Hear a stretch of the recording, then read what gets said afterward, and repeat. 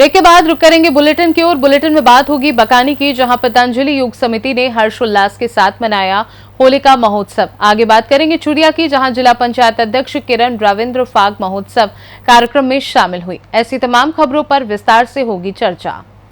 Balaji park में पतंजलि योग समिति में श्री गोकुल प्रसाद वर्मा योग शिक्षक द्वारा योग कक्षाएं, योगिंग, जॉगिंग, आसन एवं प्राणायाम का अभ्यास प्रतिदिन करवाया जाता है। योग समिति के सभी सदस्यों द्वारा बालाजी पार्क में होली धुलेंडी के पावन पर्व पर रंगों की होली के साथ फूलों की होली धूमधाम से ढोल नगाड़ों के साथ जुलूस निकालते हुए मनाई गई।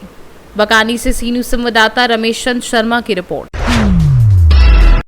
जिला पंचायत अध्यक्ष किरण रविंद्र वैष्णव घुज्जी विधानसभा क्षेत्र अंतर्गत मगर धोकरा, दंतेर गाटोला, भोलापुर, जरमाहका, बेलर गोदी, हैदर कोड़ो, तेलंगाना, पदगुडा एवं बोईडी साल्हे जैसे विभिन्न गांवों में मुख्य अतिथि के रूप में शामिल हुई। ग्रामवासियों के द्वारा प्रथम बार जिला पंचायत अध्यक्ष नवनिर्वाचित होने के पश्चात कार्यक्रम में शामिल होने के अवसर पर फूल माला गुलाल से नवनिर्वाचित जिला पंचायत अध्यक्ष वैष्णव का अध्यक्ष का जोरदार स्वागत किया गया। किरण रविंद्र वैष्णव ने ग्रामवासियों को रंगों के महापर्व होली की बधाई एवं शुभकामनाएं दी और कहा कि हमारी पौराणिक कथाओं में फाग में होली खेलने तथा प्रकृति की सुंदरता और राधा कृष्ण के प्रेम का वर्णन है। चुरिया से सी न्यूज संवाददाता राधेश्याम शर्मा की रिपोर्ट।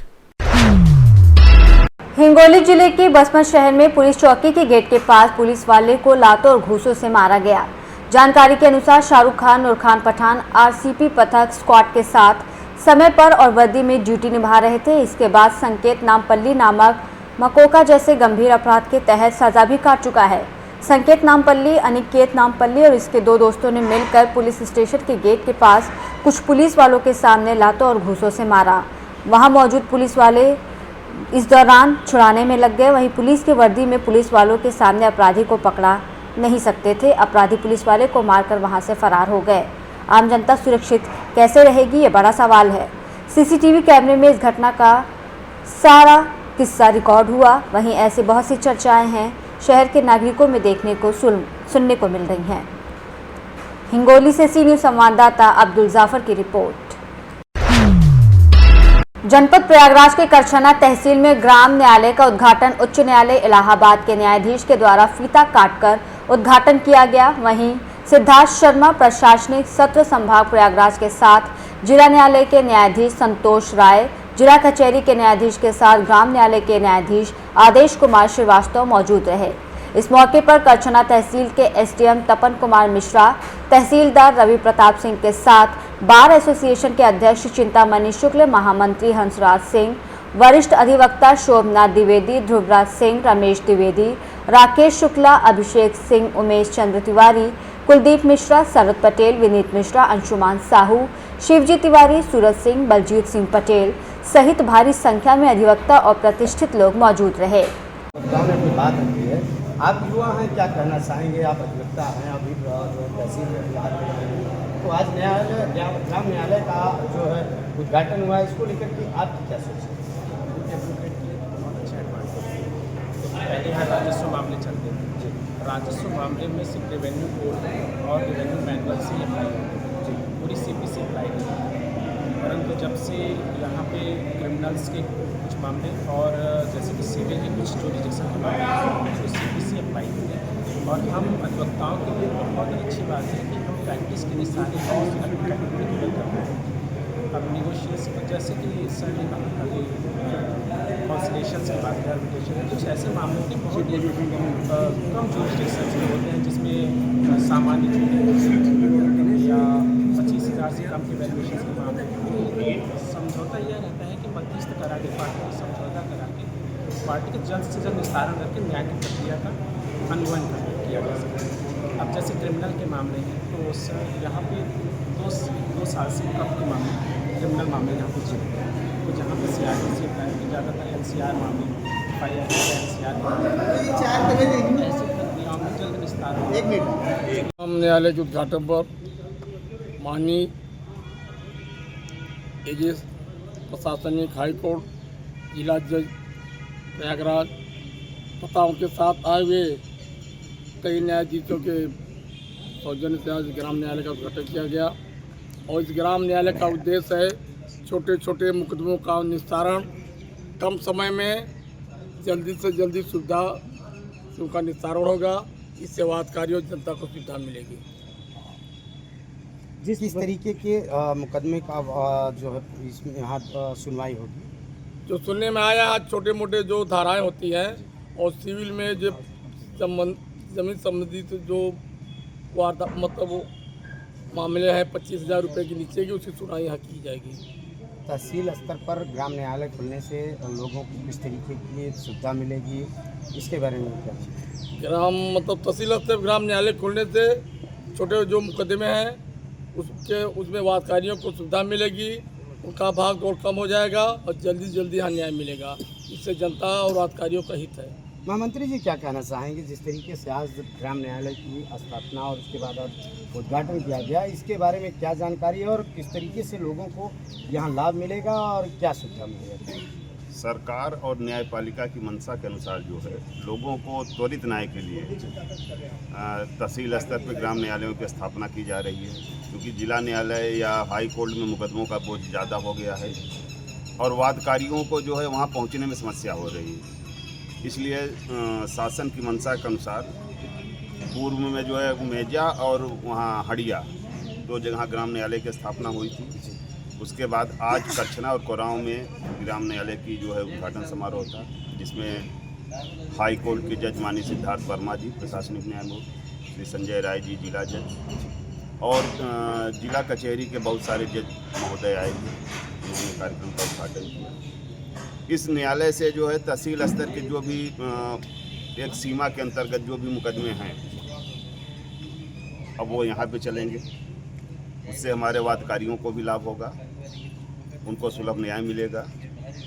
इसी के लिए ये स्थापना की गई। वादकारियों को जो जिले तक जाने में सुविधा नहीं मिल पाती थी, उनका खर्च ज़्यादा होता था, उससे बचत होगी कहीं ना कहीं? नहीं, उससे दो चीज़ों की बचत होगी। एक तो जैसे मतलब उनको वहाँ जाने में समय लगता था, पैसे का वो होता था। दूसरे जिला न्यायालय में जो है आए दिन हड़ताल भी रहती थी।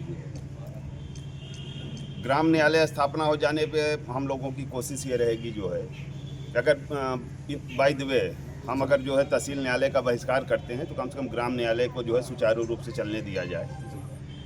तहसील की समस्याओं को लेकर हो सकता है हम न्यायिक कार्य से विरत रहें जो है, लेकिन उसका असर जो है ग्राम न्यायालय पे नहीं पड़ेगा, तो लोगों को न्याय जो है जल्दी मिलेगा।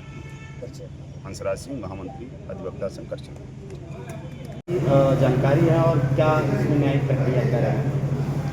आज बड़ी खुशी की बात है कि छोटे वाद जितने होते हैं जमीन संबंधी, वोटर सिक्योरिटी वगैरह, किरण भी आपराधिक छोटे छोटे सब यहीं करछना ग्राम न्यायालय से ही उनको त्वरित न्याय मिल सकता है। और जनता जो वहाँ सदन में जाती थी उससे विकास से मुक्ति मिली और कम पैसे में अच्छा न्याय यहीं मिल जाएगा।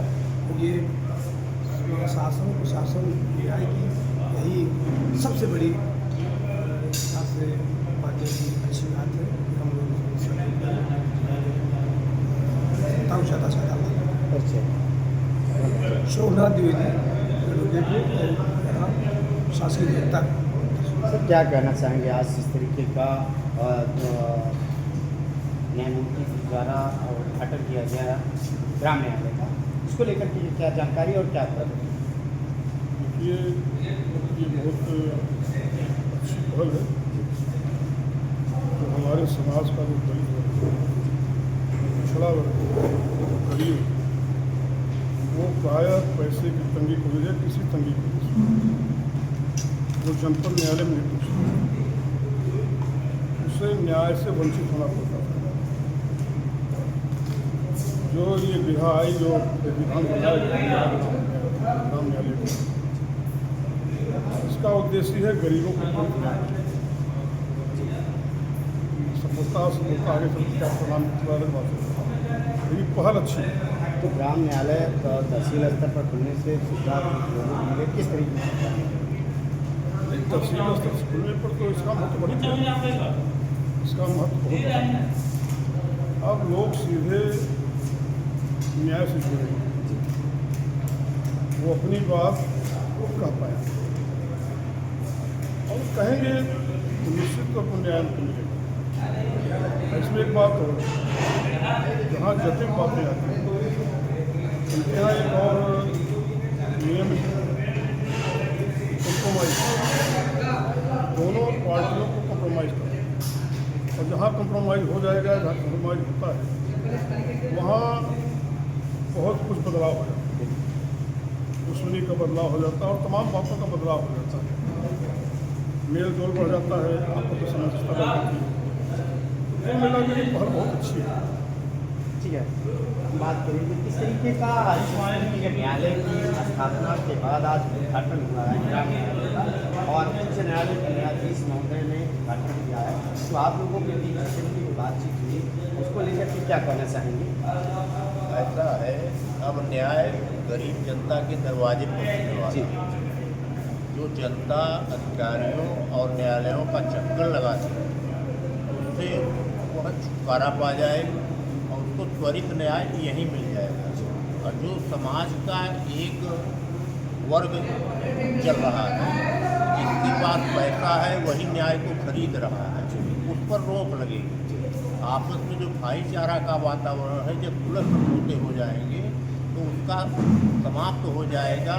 अमीर भोगिया वसुंधरा वाली कहानी भारत में भी समाप्त हो जाएगी। इसलिए ग्राम न्यायालय जनता के हित में बहुत जरूरी है, बहुत आवश्यक है। उसका लाभ इस कचरा की जनता अवश्य प्राप्त करेगी। अभी जो उद्घाटन के दौरान माननीय न्यायाधीश ने ये कहा कि कंप्रोमाइज़ पर ज़्यादा फोकस हो, उसको लेकर के जिस तरीके की बात कही गई वो क्या देखिए, मुकदमे के निर्णय से जो आपस के विचारों की भिन्नता है वो समाप्त नहीं होगी, और जब समझौता होगा तो उसका अंत हो जाएगा। इसलिए ग्राम न्यायालय इस दिशा में बहुत उपयोगी है।